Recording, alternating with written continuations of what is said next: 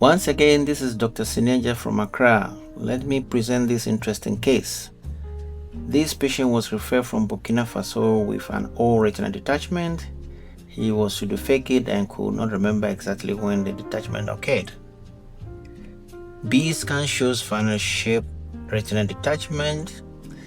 Since the other eye was good, I initially advised him not to proceed with the surgery because the prognosis was very poor. However, he strongly insists that we try. After counseling him properly and explaining the possible outcome, we decided to go ahead.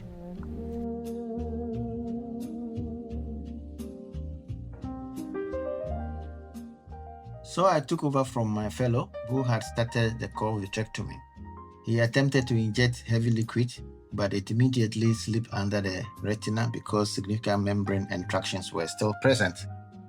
I began by relaxing the anterior tractions, then started peeling the membrane from the disc upwards.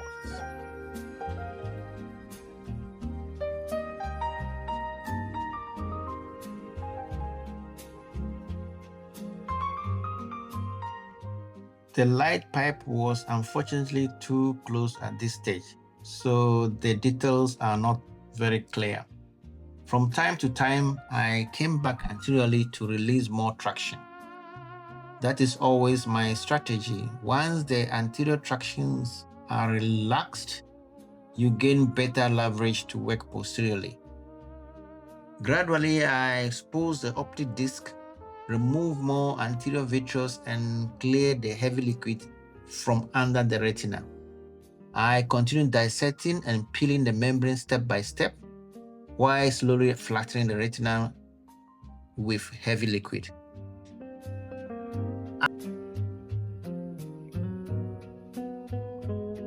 One should not rush into retinectomy. The traction is not always on or under the retina. It is most of the time within the retina itself. So you must first confirm that there is enough mobile retina before you do your retinectomy. Here I was unfolding the edges of the retina so that the heavy liquid doesn't slip under the retina.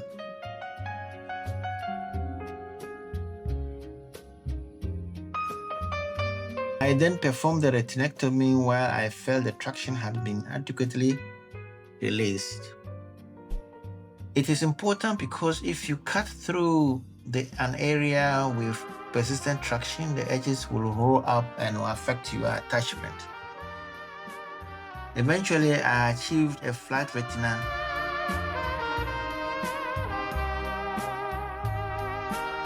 Attempted a difficult ILM peel, but I was not completely happy with it, so I decided not to continue too aggressively. I peeled only the remaining membranes that were necessary and safe.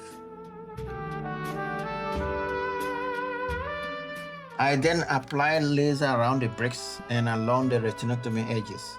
Usually 3 to 4 rolls, and sometimes 5 rolls where necessary.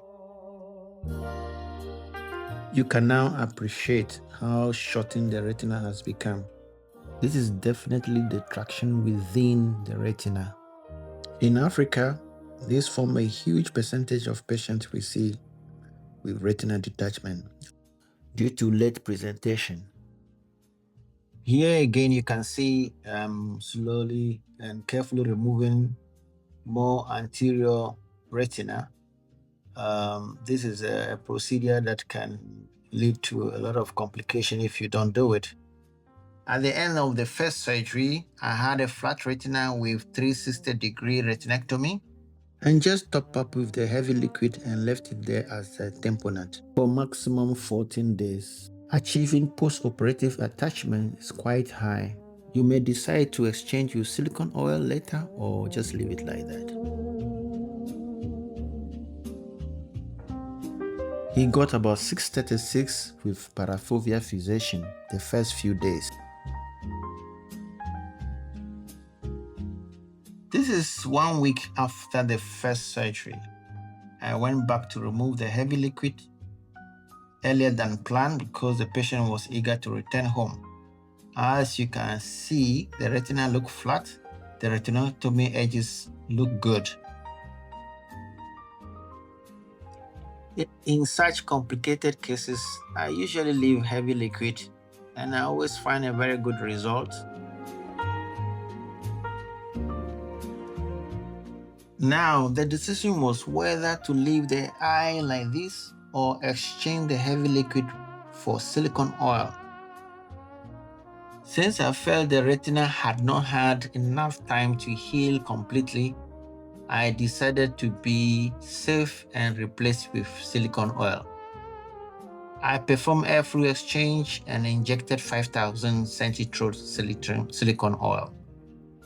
Heavy liquid is very useful in such cases. It helps in attaching the retina and also as a short tamponade. So you shouldn't be worried to use it.